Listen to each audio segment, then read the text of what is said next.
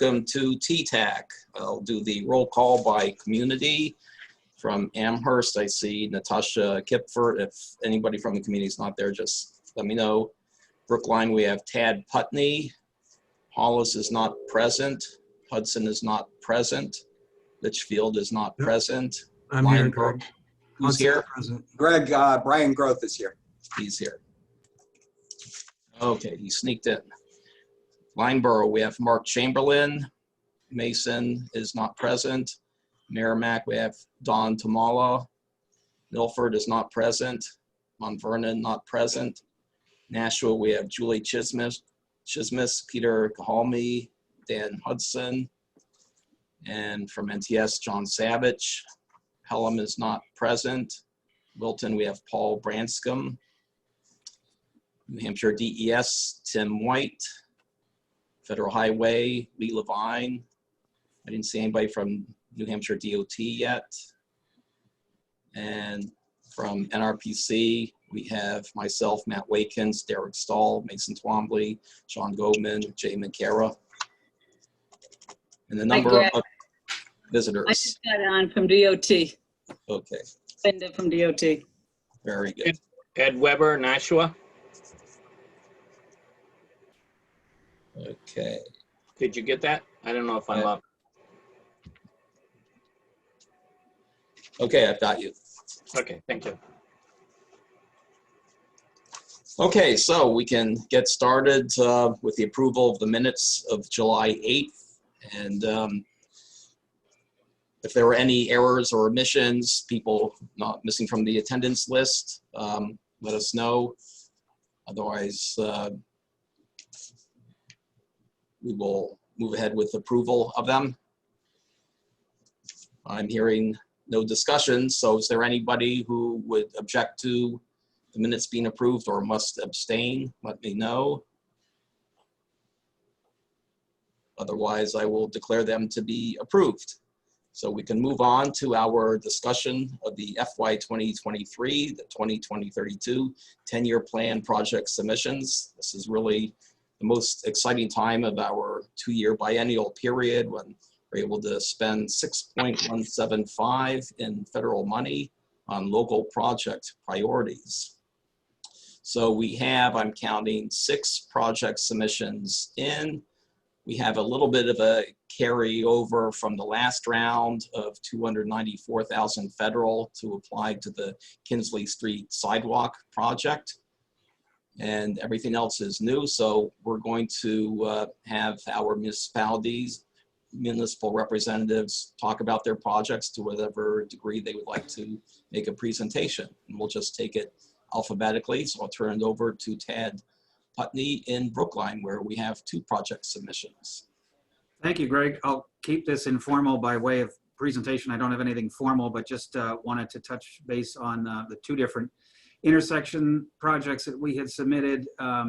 Both are intersections on Route 13 running north-south through Brookline. The first is at the intersection with Mason Road. It is the 3rd or perhaps 4th busiest intersection in Brookline. We have either worked to improve or are in the process of improving the first 2. So this is the next in line in terms of the busiest. And this is a fairly straightforward improvement project in that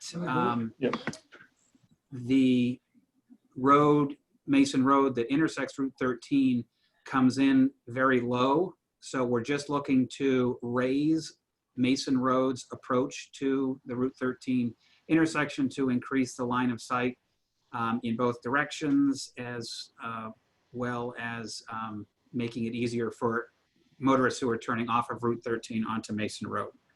Fairly straightforward. We did a project like this in town on a town road recently, and it really improved the safety of that. So that's the ask on Route 13 in Mason Road. The second intersection is a little bit further up north and very close to the town line with Milford. Again, it's Route 13, and this is Ranella Road. The issue with Ranella Road is that it has a significant amount of traffic that heads towards Milford. and it is at a very sharp angle off of Route 13. So what we're looking to do is modify its intersection with Route 13 to be more of a 90-degree right angle to improve the safety of that. Currently, southbound traffic on 13 that turns a right onto Ranella Road is making a very sharp turn, and we're looking to try to modify that so that it becomes safer for the motoring public. That's the upshot of those two projects. Okay, now I do have some good news for you because I checked with the DOT, Glenn Davidson, who heads up the 10-year plan program, to see if the reconstruction of 13 and Ranella Road would be eligible for 100% federal, and he talked with some people there, and it will be. So we're able to put that in. Now, so the project cost for the Mason Road intersection is $100,000, and you estimated the other at $360,000. So these would be state managed projects, and for those, they always want 10% indirect included. So that probably hasn't been added yet, correct? Correct. Okay, so I should just bump those up, say, by 10%. Spend a little money right here. Round off, should we just round off the second one to 400,000? Sounds good to me. Done. Okay, so we spent 500,000 here so far. So let's move on to the Merrimack project. And I think we have a nice presentation coming up on that one. Turn it over to Dawn. Okay, let me share my screen.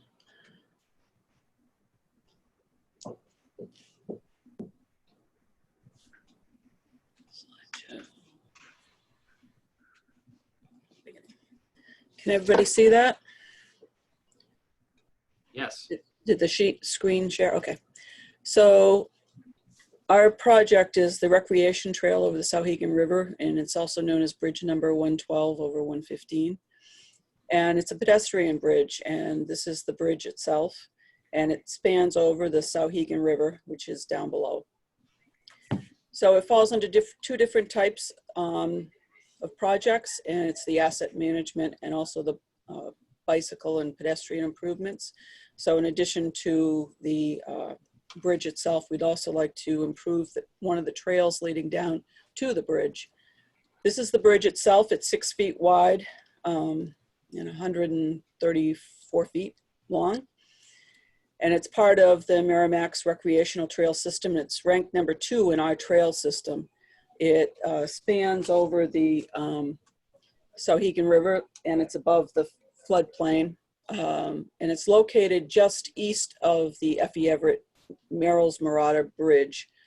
So this is the F.E. Everett here, and our existing trail system is in green here, and we're making the connection presently from the end of the trail right here across and into what we call as Watson Park. This is Daniel Webster Highway, and north is going straight up.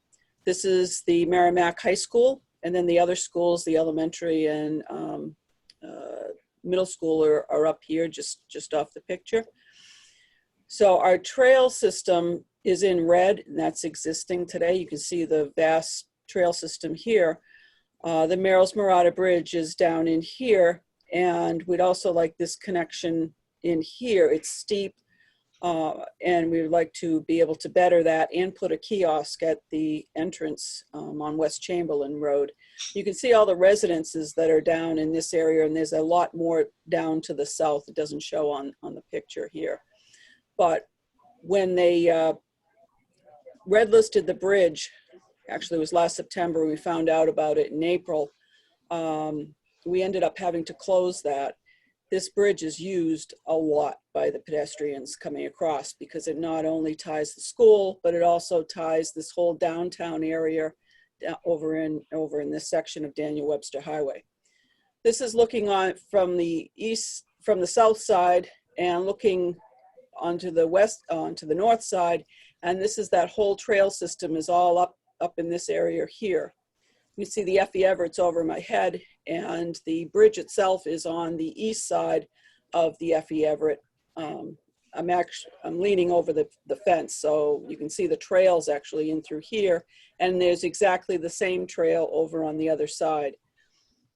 And this is the river that we want to span, which you can't tell is how really deep this is. So we're up quite a bit higher. So the project will be to improve the access of the pedestrian bridge from the west side to the West Chamberlain Road side. And let me just escape and do this. So again, this is our aerial. So this is where our existing bridge is right here. Oops, and I've lost it. That's handy. Anyway, this is the existing trail that we'd like to replace along with fixing the bridge through here.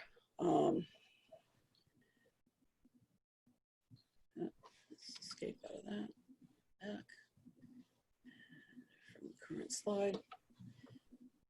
So it's a prefab high truss bridge, and it has cast in place concrete abutments. This bridge was installed in 2011. The trusses are weathering steel members with a wooden handrail. The decking consists of pressure treated wood planks over steel bottom cords. And the span is approximately 134 feet with a 6-foot wide interior span. The bridge superstructure was purchased from the city of Portsmouth back in 2011. And the reconstruction of the trail is 475 feet, and we'd like the kiosk. So the purpose of the project is to replace the existing failed pedestrian bridge structure. The DOT failed this structure during their 2019 inspections, and it's now on the red listed bridges. And the bridge was closed to pedestrian traffic as soon as we found out, and then we had an existing conditions report done by an engineer, and we closed the bridge in April 2020. And again, we'd like to improve the trail. The need for the project, the bridge is now closed and it's unsafe conditions that exist. It's on the red listed bridge. Deterioration includes pinholes and section loss in the weathering steel floor beams, along with a huge 3-inch hole. The superstructure rating is number 4 according to the DOT's ranking, and it's poor. The chain link fence around it is in good condition except a small northwest corner of it. There's no way for the pedestrians to cross this river, so we've lost the connection.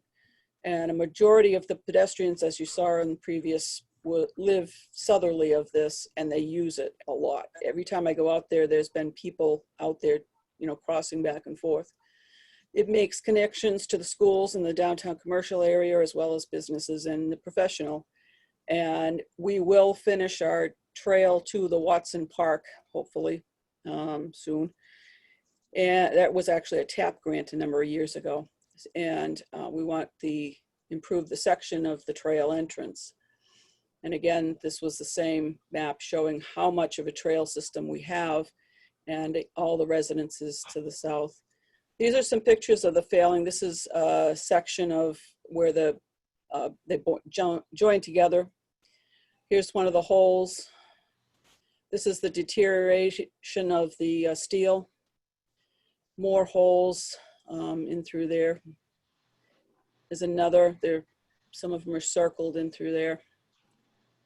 It's another hole. This is probably the largest one here. And then we've got rust and deterioration going on, and this is the wood planking. And here's the fencing and the wood rail, which also needs to get replaced. And you can see the proximity of the FE to the FE Everett Highway.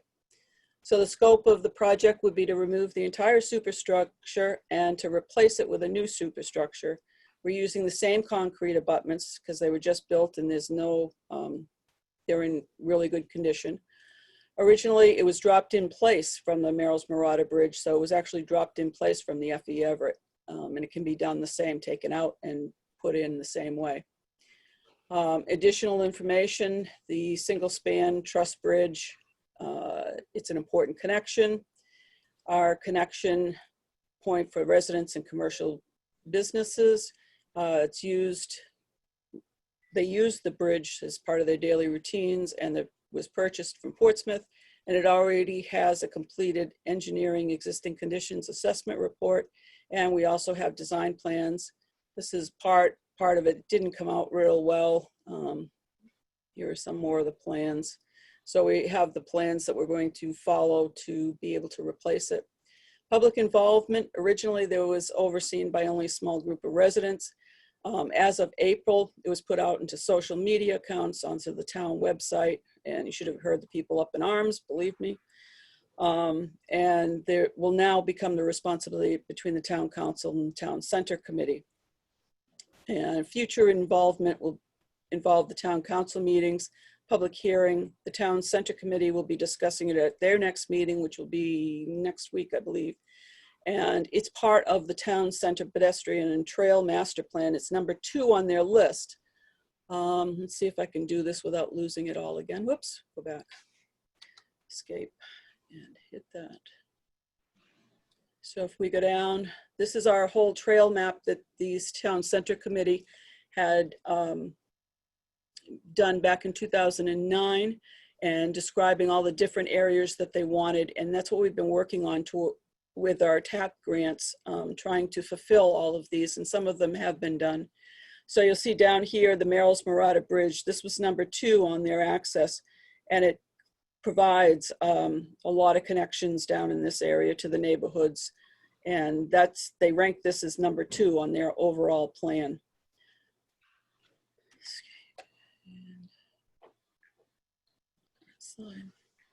So will be managed by the town council, the town center committee, and the Department of Public Works. Alternative methods, well, we looked at that, but it was chosen, this location was chosen due to its access. It keeps the pedestrians away from the traffic of the Daniel Webster Highway. The existing abutments using the existing abutments will significantly reduce the cost of the project. Moving it to another location would have a much greater environmental impact because the Souhegan River falls underneath the New Hampshire Shoreland RSA. So letters of support, we'll be getting a letter of support from the town council when I am able to go and present, and the town center committee, hopefully that should be in by next week. And we've submitted the existing conditions report. I submitted the town center trail master plan and the existing trail map and the bridge plans.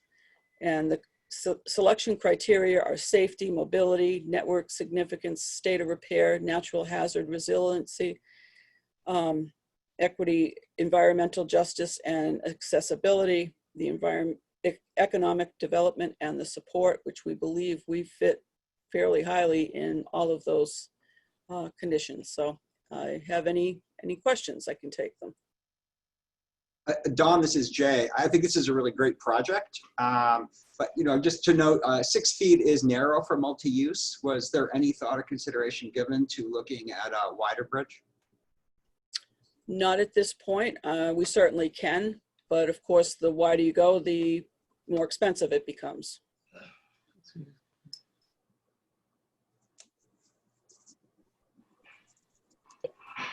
Thank you. Great presentation. Oh, one more question. Ed Weber. A lot of times bridges are put together, but sometimes there's not a maintenance to go on with this. And as you see, the maintenance looks like it's because it's aged and everything. Is there going to be a maintenance program for this bridge so that it lasts much longer? Thank you. Yes, all of our new bridges, as we've been doing them, they all have a maintenance program to go along with them.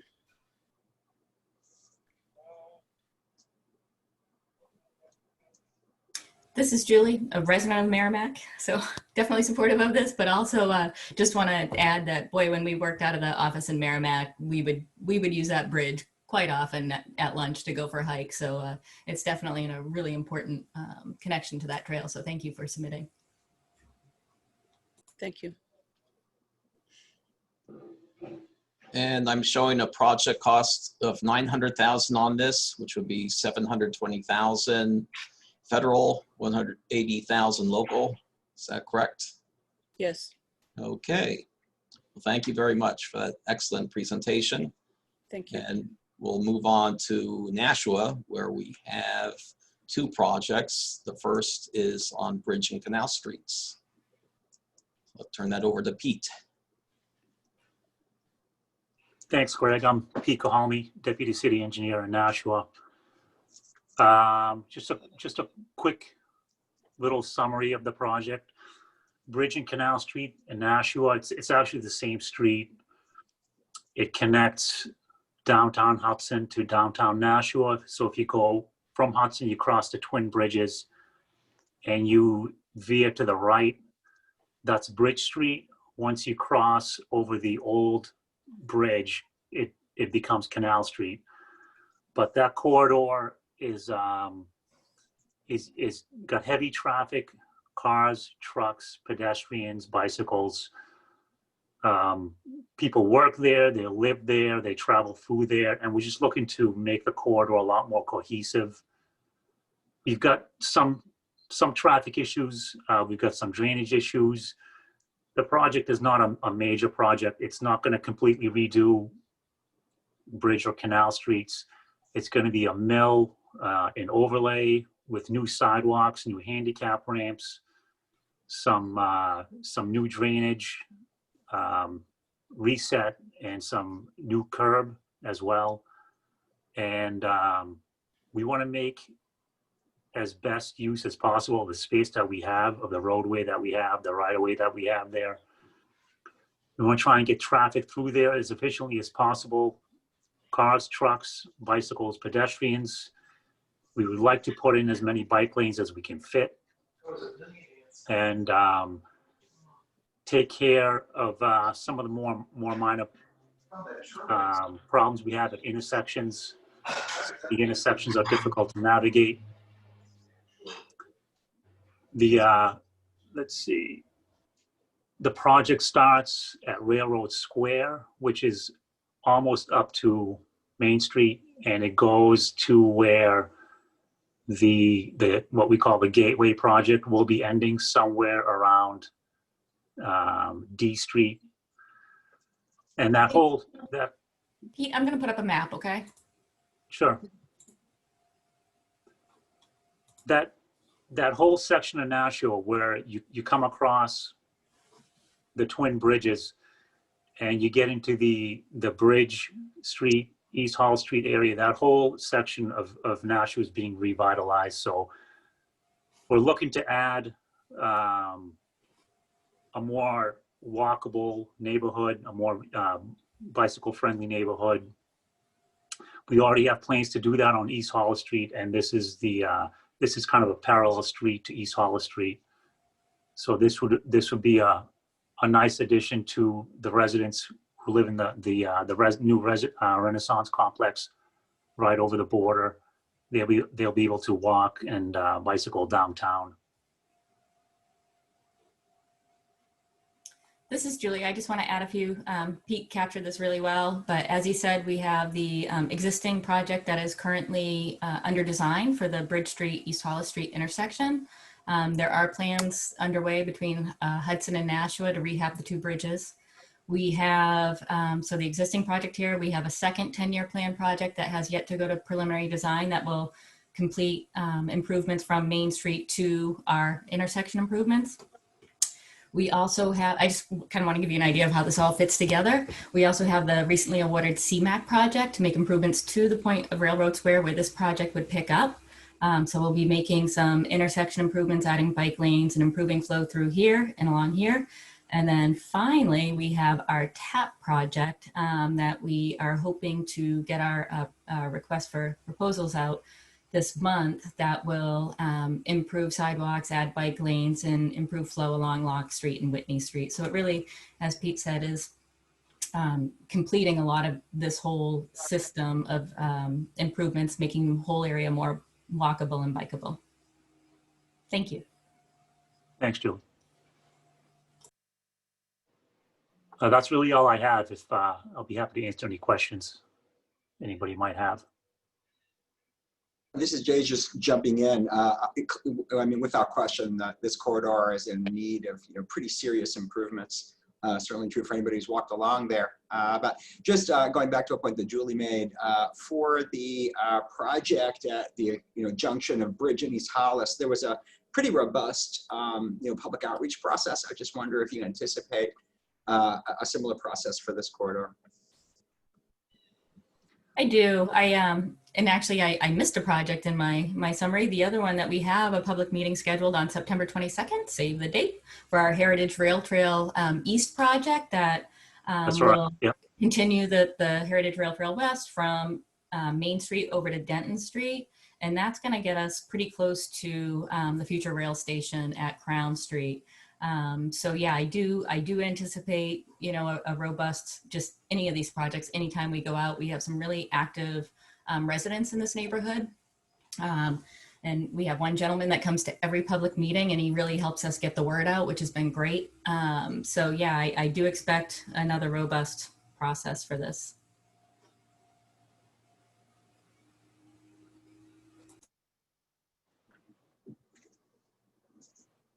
Okay, and so this project was originally, an application was developed 2 years ago, and at the time the total cost was 1.2 million, of which 960,000 would be federal and 240,000 local.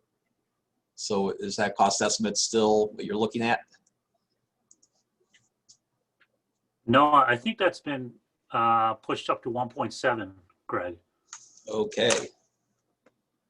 I think the 1.7 was with inflation. So Yeah, I'm not sure if we're speaking in current dollars or inflated dollars. The other thing, and I'm sorry, I don't have that application right in front of me. The 1.2 was Yes, the it is. original estimate from 2018. There was nothing added for inflation.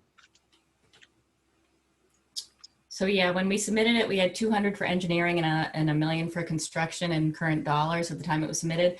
I am noticing that we didn't put in right of way. I think that we should add some, at least a phase for right of way, so we don't have to go through an amendment if we need a temporary easement. So I would like to amend the application to include, I don't know, $25,000 in right of way, just to even, just to get that phase in the plan. I've been bit by that one before. So it might be 1,725,000. Yeah. And again, the 1.7 that was in our letter, I think that was in inflated dollars because the application went in at 1.2. I'm just not Right. sure. So we are supposed to be reporting inflation 10 years into the future. So we may have to adjust some of these others as well, especially the state managed project. We'll make sure inflation is in that one. In the municipal projects, they'll fund what you ask for if they agree that would be the project cost. But if there are overruns, then the municipality is on the hook for that. Yes. We can Okay. currently circle back and have a conversation offline to make sure that the estimate still is valid.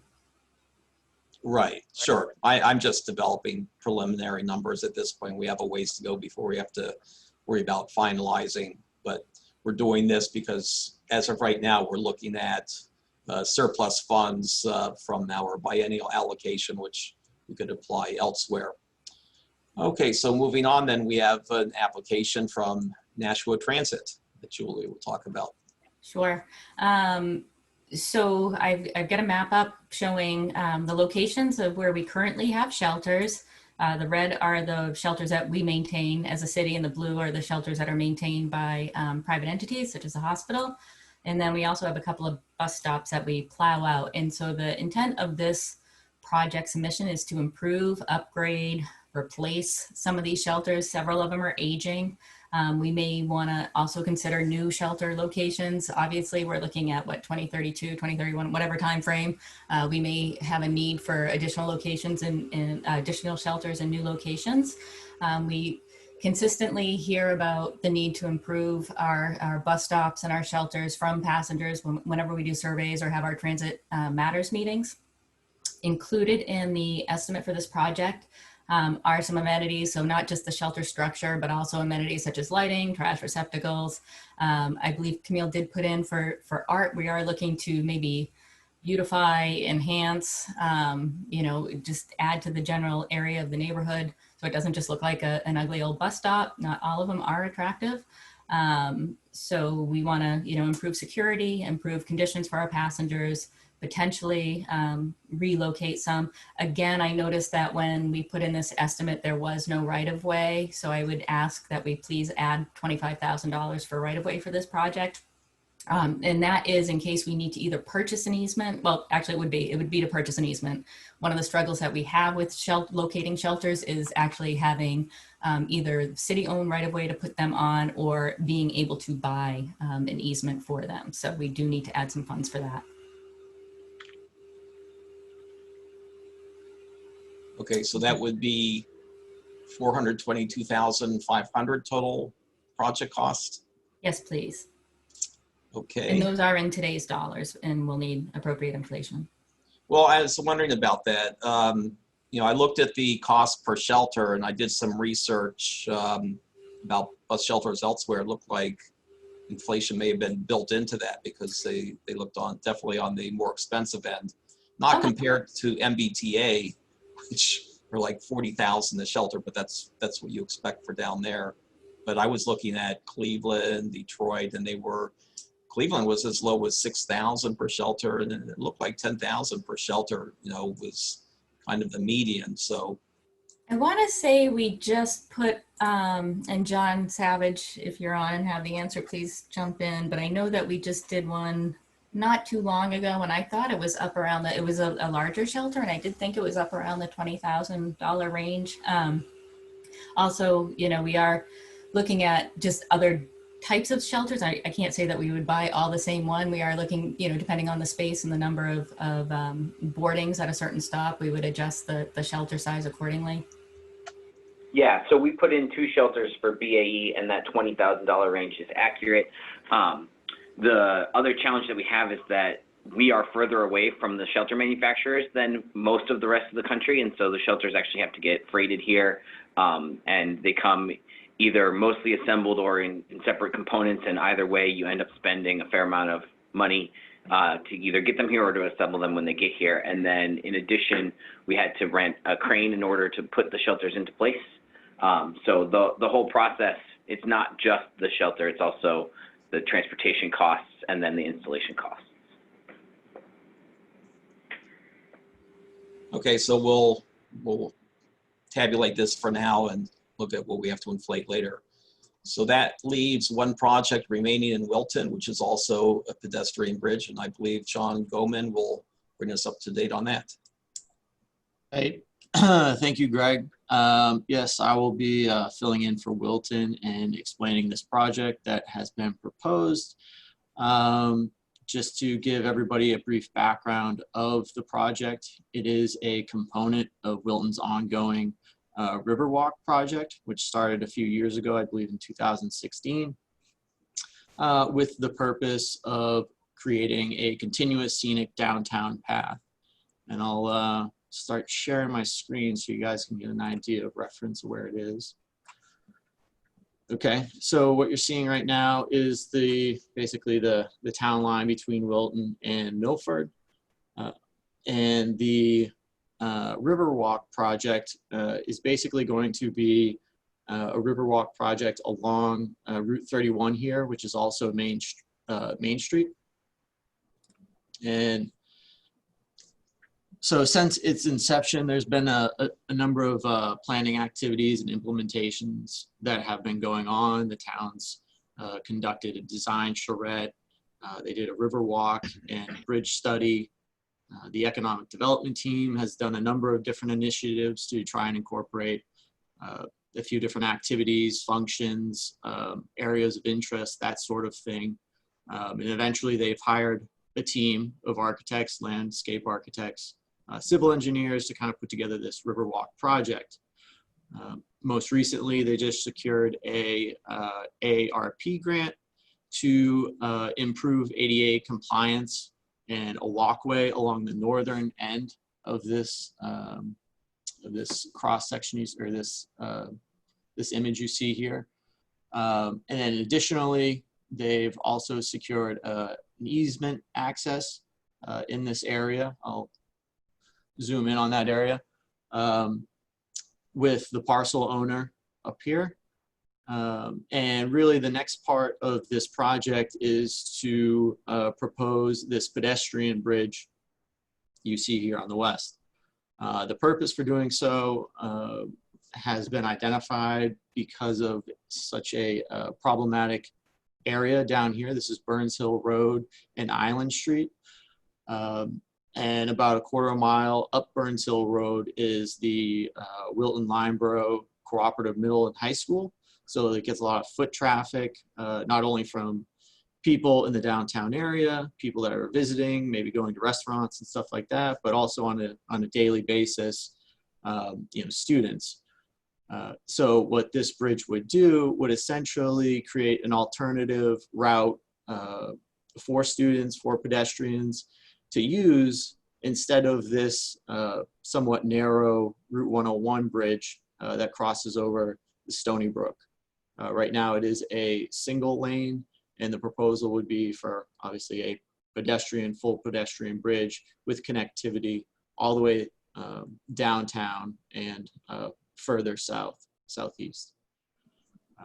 And that kind of addresses some of those problems, whether they were identified in DOT's Safe Routes to School program, NRPC's pedestrian bridge study, the Plan New Hampshire charrette.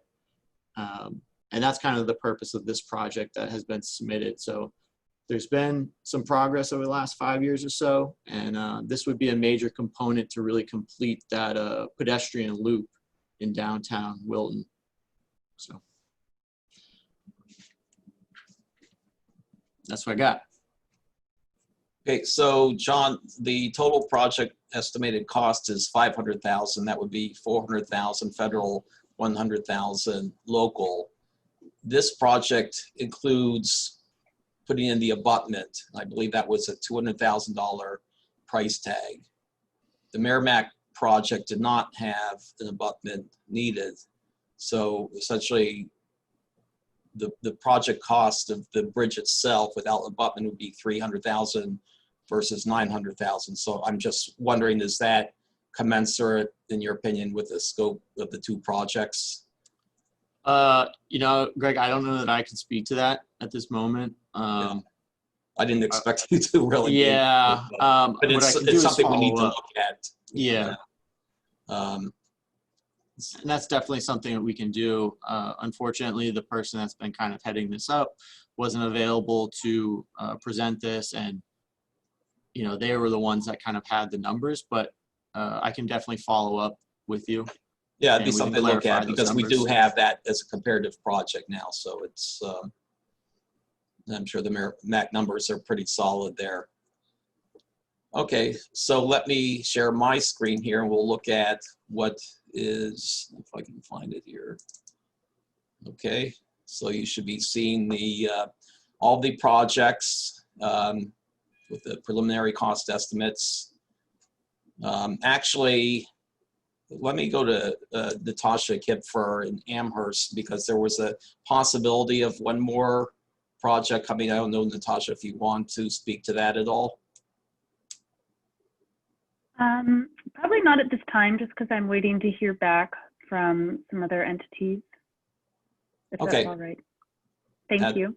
That's fine. So as of right now, as I mentioned, we have an allocation for 2 years, 6.175 million. And what we're looking at here, that's federal dollars. And we've spent about 3.6 million and change, but some of these will also have to have some inflation applied. So, we're looking at an available balance somewhere between 2 and 2.5 million at this point. So assuming that there are no further applications coming, we do have a project which could make good use of these funds. And we had a presentation on this back in July from Jennifer Rizek, the New Hampshire 101 project manager.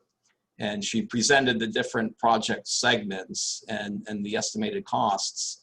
So we're looking at 18.2 million estimated costs for the various segments, whereas only about 7.5 million is programmed in the STIP. So that results in the project shortfall in excess of 10 million.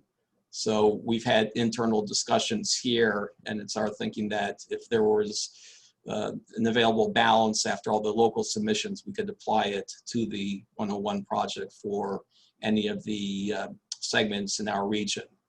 So the logical one would be one of the high priorities in Milford, which is between 101A and Fieldland Road, to add through lanes and signal improvements there.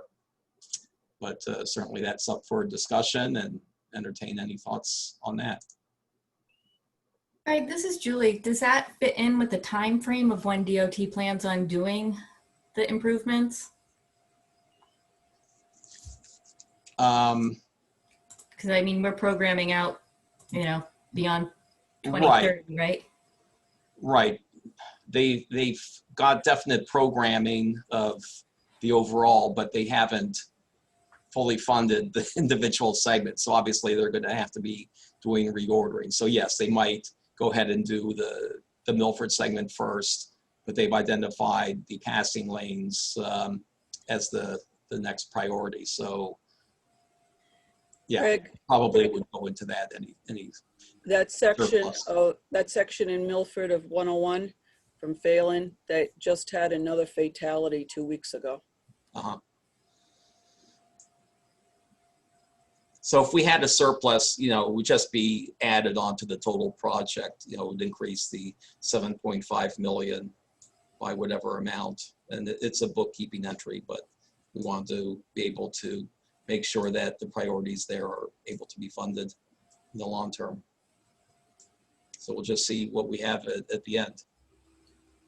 This is Jay, just jumping in on that. I think, and maybe it's something that we could agenda, you know, at the next meeting. But you know, one of the things that was clear from the presentation is that there were different alternatives that were being looked at for that section of 101.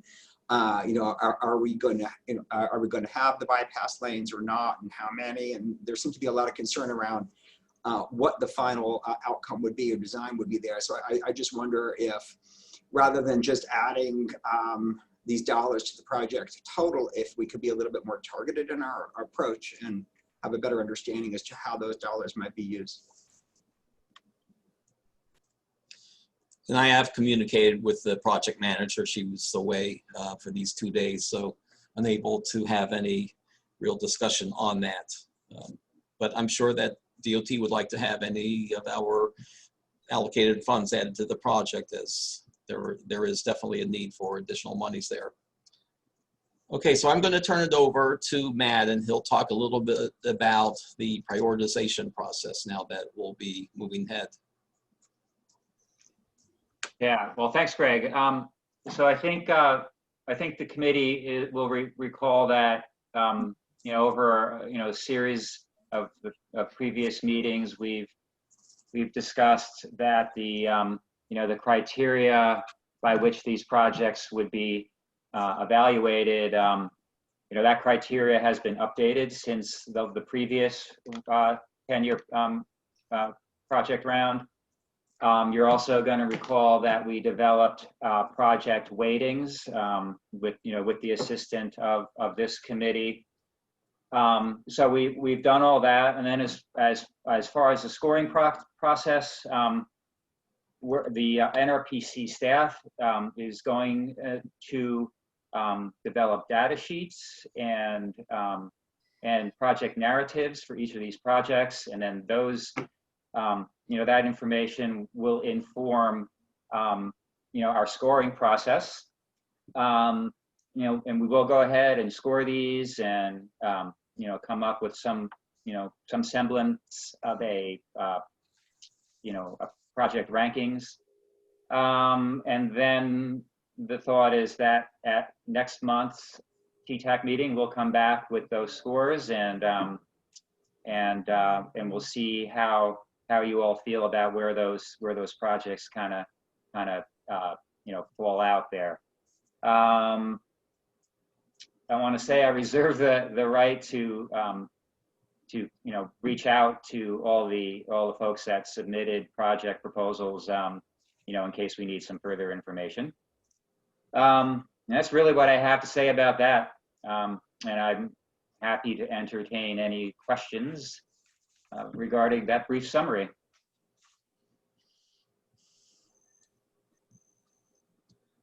Okay, hearing none. We'll No one move asked on, me ever asked me any questions. because you gave all the answers. Yeah, there you go. Okay, we'll move on to the next agenda item, which is the Regional On-Road Carbon Monoxide Reduction Performance Target. This is attachment 2 in your agenda packet. So really what we're doing is addressing the federal requirement that by the end of the year, a 4-year performance target for total emissions reduction of carbon monoxide be approved, selected.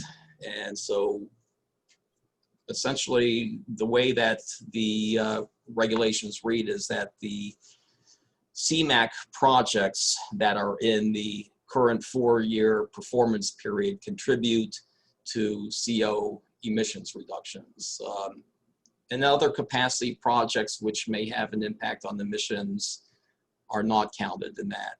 And I'm not sure why that is the case. Maybe Lee Levine, could have a better, better inform us on that regulation, but that's the requirement. So we have the option of either establishing a regional target, or we can support New Hampshire's 4-year target, which is 70.162 kilograms per day. And all they did was they summed up all the CMAQ projects impacting the CO maintenance areas, and that's what they come up with. Now, they are not quite up to date. They have not included the most recent CMAQ round that may have project phases within this performance period. So we've gone ahead and we've done a regional target. We have 3 CMAQ projects that would contribute. This would be the National Heritage Rail Trail East, the National Transit Service expansion to Walmart, which will be ongoing through the performance period, at least the first couple of years, the last year of it, and the Nashua downtown intersection and circulation improvements, which does have PE program for FY21. We have done the CMAQ analysis for all these projects, and I've attached the analysis to the memo just to provide backup material. But what we come up with is that they're estimated to reduce CO emissions by 64.817 kilograms per day. So we are proposing this as our target. Now, I will say that unlike the other performance targets that we have dealt with in the past, including safety, infrastructure, travel time, reliability, this CO target is one that's really not measurable, since, for one thing, there's no measurements that are done in the Nashua and Manchester for CO levels, and there are no baseline future reductions that will occur just to naturally improving conditions, the newer automobiles having stricter standards coming in. So none of that is considered in terms of what the baseline change would be. So we're just adding up these CMAQ projects, the original CMAQ analysis totals for CO reduction, and that gives us our target. So I do have a question for Lee, because it mentions that we're supposed to incorporate this into our national UZA agreement, which is also due at the end of the year, but as well in the TIP and MTP updates. But these are going to be approved in February, whereas in January, we're expecting the CO maintenance area requirements to come to an end. So is that necessary that they be included in plans that will follow the expiration date? That's a very good question to ask, and I would say my thought on that is that probably not, since like you mentioned, the limited maintenance plan status expires. But I can try to get a more certain answer to you on that. Okay, great. Yeah, I mean, I I'll get back thought to you. of applying logic there, and it probably would be the case, but it would be Yeah. good to have confirmation. So does anybody have any questions about this target that we're passing, or? Weber. Yep. Is there any, what testing is being done by an independent company on the CO? Is it testable? Nope. Nope, they don't do readings anymore. I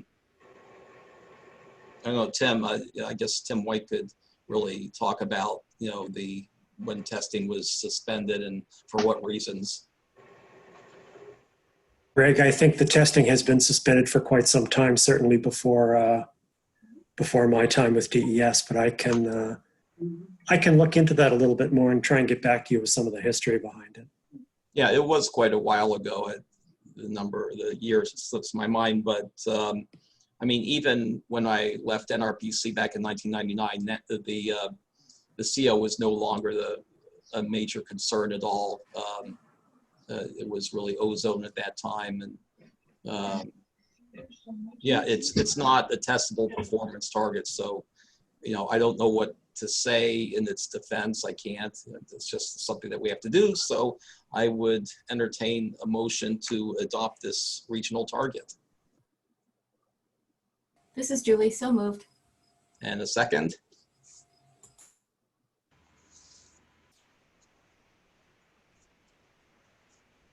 Second by Weber. Okay. So I'll just run through the list here to vote yay or nay by communities that are represented. And if somebody is snuck into the meeting and I don't have you recorded, just let me know. And each municipality gets one vote. So for those of you with multiple members in your community, you'll need to do a quick caucus to decide how you wish to vote on this. Amherst. Hitler, aye. Brookline. Yes. Hudson. Aye. Lineborough. Aye. Merrimack. Aye. Nashua. Aye. Wilton.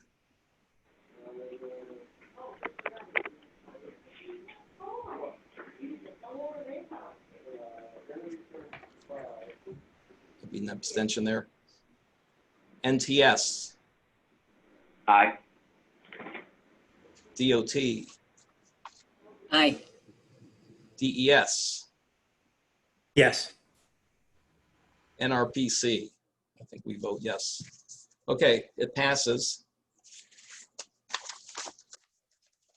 So at this time, we will move on to our next agenda item. This is the Hudson Logistics Center Regional Traffic Impacts discussion.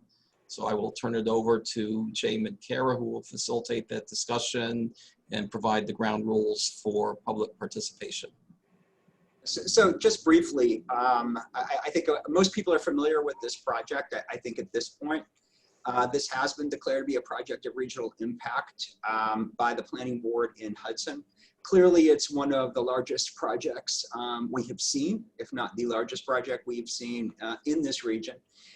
So of course, we will be reviewing it, or are reviewing it, I should say, again, for a project of regional impact, and we do intend to provide input to the planning board. Ordinarily, we wouldn't be agendaing an item like this at TTAC, but we have heard from a number of communities surrounding Hudson. So various people or local officials have reached out to us, one asking whether we will be reviewing it for regional impact and potentially raising questions or concerns. So we thought it would be prudent to agenda it, and really what we are looking for, we're not, here, we're not going to be presenting on the project. It's not our intent to discuss the merits of the project or any of its details. Information on the project is available on the town's website, so they do have a good link there. If people are interested, we can send that to you. what we're really interested in doing is hearing from interested communities, from anybody who wants to comment on potential issues of regional impact that you would like us to consider. Needless to say, the most significant of these is going to be traffic. That's why it's on a TTAC agenda. And that's typical for us when we review a project of regional impact. That's typically something that we look at. There are other issues that we look at as well. But what I'm really particularly interested in, ideally, is for folks who have some specific areas that they would like to see, for specific intersections, as an example, or corridors that you'd like to see us take a closer look at as a part of our review. So I know I've narrowed that down pretty significantly, but what I thought I would do is see if we could first open it up to TTAC members. If you have any questions, you have any comments. Again, I can't really answer questions about the project itself, but if there are some things, again, that you'd like us to look at, please speak up now. And then after that, what I would like to do is open it up to the public. I know we have some folks who may be interested in making a comment. And to do that, I would just turn to Mason when we get to that point, to help me facilitate that. And at that point, we would simply ask people who, from the general public who are participating, who do wish to make a comment, to just raise your hand or put a comment in the chat feed. So I guess just with that, open it up to any of our TTAC folks who might have a question or a comment. Ed. Yes. 2 questions. The kind of need the information on the number of cars, vans, and semis that are going to be entering and leaving at a given time, not just rate per hour or over a 24-hour period, but at shift time.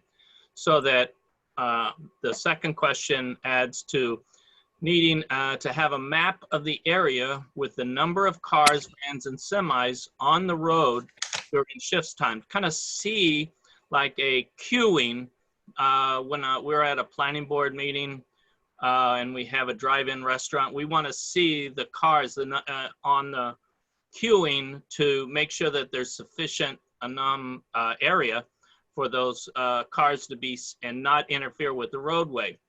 Come out, queuing would be out into the street, which we've had in the past. But I would like an overlay of cars.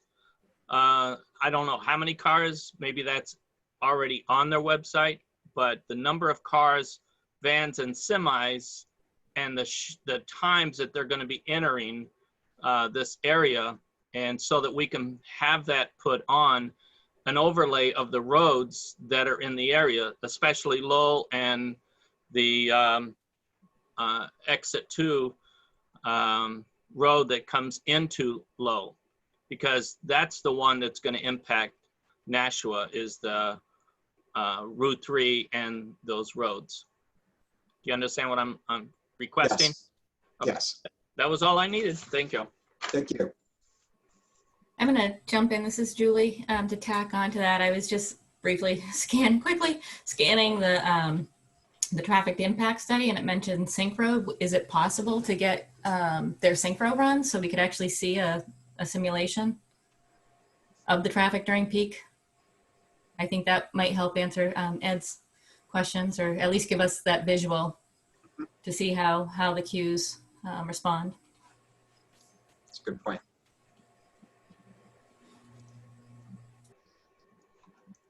Any other TTAC folks who have a question or a comment? Okay, Jim? I'm going to say another one. Oh, okay, go ahead. sorry. Well, I'm just in thinking back to our previous topic on the 10-year plan. I'm wondering, I know that we have that excess money, and I wholeheartedly agree 101 needs additional funds, but I'm just wondering also if there's anything we should be considering. I know it's kind of cart before the horse. We don't actually have the facility in Hudson yet, but getting something into the 10-year plan for 8 years after it's constructed may not be the best, but is there, just throwing out if there may be an opportunity to use some of those excess funds to help alleviate potential traffic down there? Right. Jim. Yeah, 2 questions I thought of. One is that in the Lowell Sun a day ago, Borough had come in and said that we're their planning board was recommending banning southbound truck traffic on 3A, the extension of River Road. And I'm wondering, I don't know enforceability of such a ban, but assuming they could do it, what would be the impact on traffic on Drake Road as one thing, or any of southbound roads in the area? I just, Drake Road probably is the most likely. If they put in a ban, you probably increase truck traffic on Drake Road. The second thing that I was thinking about is the Hudson Boulevard plan. My recollection of the actual study that NRPC did 3 years ago was that very little truck traffic was expected on the Hudson Boulevard. I think this development would have a big impact on, if the Hudson Boulevard were to exist, the logical place for some of the truck traffic going east would be a Hudson Boulevard if it existed. So I'm just wondering about would the 2-lane Hudson Boulevard still be adequate in the event that this development were to come about? You know what I think? You understand my question? Yes, you do. All right. Those are the two main questions I had. Thanks, Jim. Anybody else in TTAC? So with that, I think I'd like to. Oh, wait, oh, sorry. Sorry. I always have one more question. Little combo here. But I don't think is Pelham on the call? I don't know if Pelham's called. I just feel like they're getting squeezed. I know right before I left NRPC, I was attending meetings in Salem for their development of regional impact over at Rockingham. And so I don't know if I feel like Pelham's getting squeezed a little, and I don't know if anybody's here to speak to their concerns, or if you can speak to their concerns as you've heard them. Unless Jeff has jumped on, I don't think we have Pelham on the call. Pelham was actually one of the reasons why we agended this, because they're definitely a potentially impacted community. So I have heard from Pelham, and we will definitely reach out to them again, before we complete any review that we do. Okay, thank you. And I see one comment in chat. I don't know if I'm taking anything out of order though. So Mason, if I could defer to you, if you can hear me.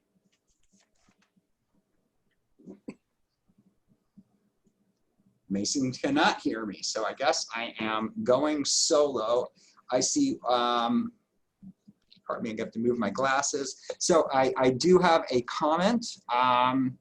And I think it is, please correct me if I'm wrong, Zen Vergopoulos. And he says that he's a Hudson resident and he has some extreme concern about the project. And I think this is, really, I think the essence of this question is kind of similar to what we've heard before, but the question relates to the amount of vehicles, how they will be controlled, and just notes that he's interested in looking into safety aspects of the project, and these are definitely things that I think we would be looking into as well. I'm paraphrasing. I'm not reading the comment word for word. Jay, Ed Weber. Ed. One, as far as regional impact, another part that I don't know if this is something that you guys would be sending information out to, but Tingsboro, Massachusetts, would also have a regional impact, would they not?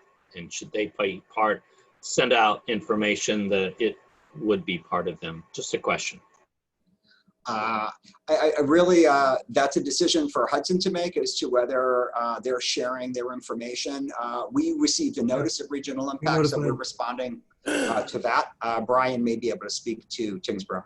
We notified Tingsboro back in May, just along with the other communities, and the planner from Tingsboro reached out to me last Friday, and I spoke to him yesterday.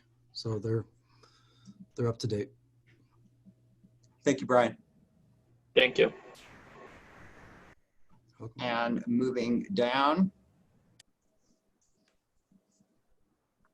we have a question from Jennifer Varney, and this relates to the 2019 New Hampshire Freight Plan.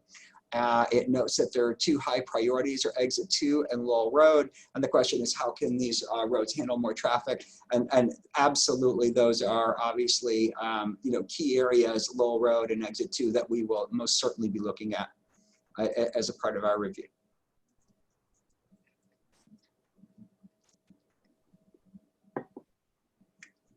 Any other questions or comments?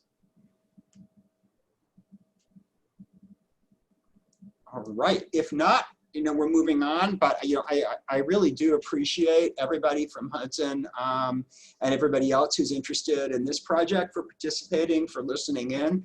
I just note that all of our TTAC meetings, all of our NRPC commission meetings, executive committee meetings are public, and it really is great to see people interested in participating, even though I realize it's a particular agenda item that's driven people.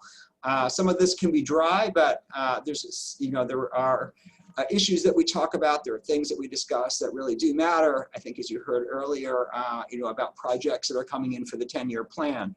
And those really matter to all communities. You probably noticed Hudson doesn't have any projects in it. So that's interesting. We've got $2 million to $2.5 million we're effectively leaving on the table. We do have another comment for everybody interested. This is from E. Thompson, and it wants to let everybody know that there's a planning board meeting in Hudson tonight at 7 p.m., presumably on this project.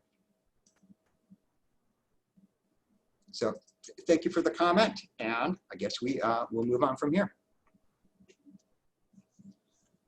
Okay, we'll move on to our agency update section, final segment for today, starting with NRPC. Matt, did you have any items to share with us today?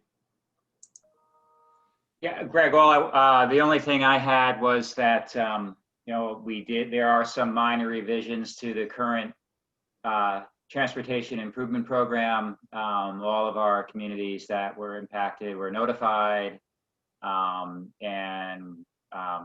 So that's all taken care of, and DOT has been notified as well. There were no negative comments regarding the those minor revisions. Okay.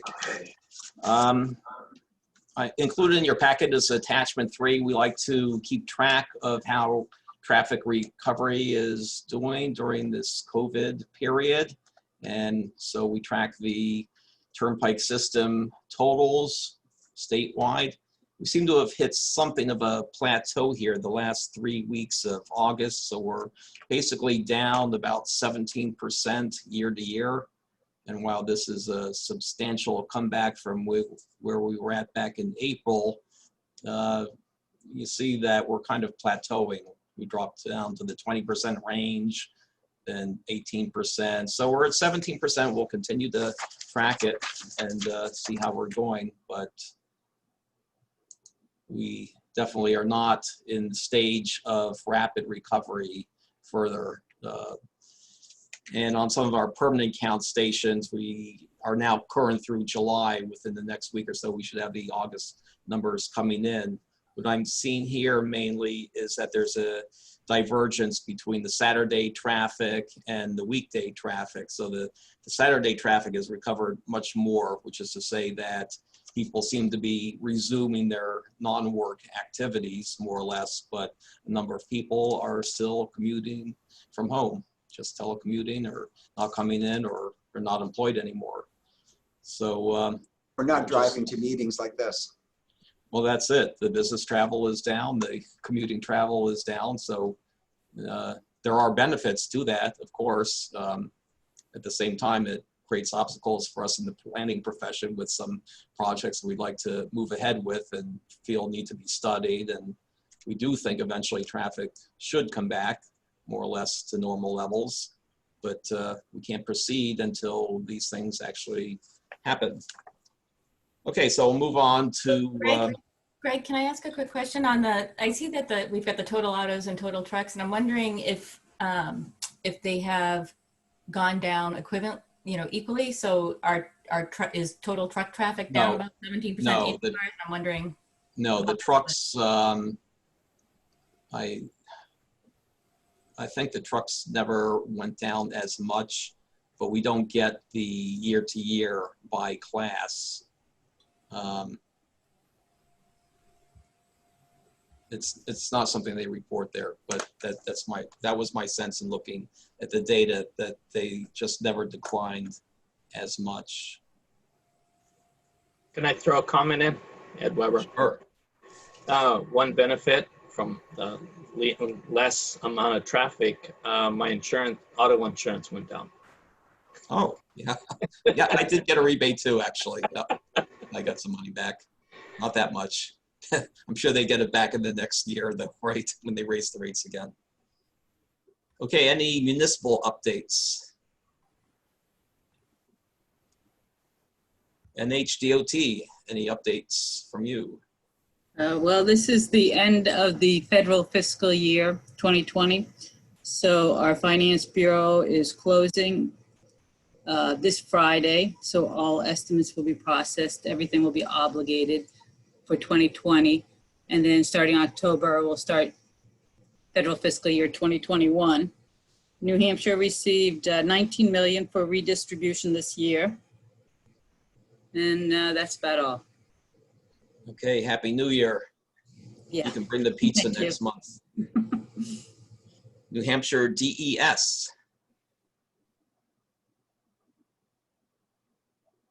Is Tim there? How's that sound, Greg? Oh, there you are. All right, let me try it again. I don't have a whole lot to report on. Maybe I could just mention that I think last time I spoke about the second round of funding for the fiscal 2019 version of our state clean diesel program. Talking with somebody there. Okay. All right. We selected 7 projects to proceed from that second round of funding, and we're currently working with EPA and the applicants on moving those projects ahead towards the final step, which will eventually be GNC approval. And with the timing now, we're going to be starting a new round of funding. We have a new agreement with EPA that's going to be in place fairly soon. The fiscal year 2020 version of the state clean diesel program. We usually start that solicitation October 1st. Now, under the current circumstances with working at home and the fact that we are a little bit short-staffed right now, I don't know whether we'll be able to get that started October 1st, but hopefully it won't be too much later than that. So that's about all I would really have to report on right now. Thanks, Greg. Okay, thank you. And finally, Federal Highway. Yes, so Linda mentioned that it's the end of the federal fiscal year coming, so we'd love to have some news related to reauthorization, but at this point in time, not really much to discuss. We'll see what comes down the pike, if there are extensions and so forth, which is what I would anticipate at this point in time. We'll get that information out to folks, and in the meantime, we'll continue to wait and see what we get in terms of reauthorization, and when we have information about that, we'll provide that on to you as well. Okay, thank you. And that is all for today. So I will entertain a motion to adjourn. Greg, I'll move that. And a second.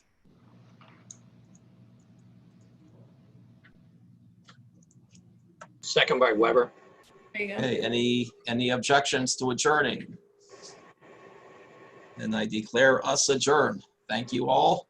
And we'll see you again next month. Thank you. Here.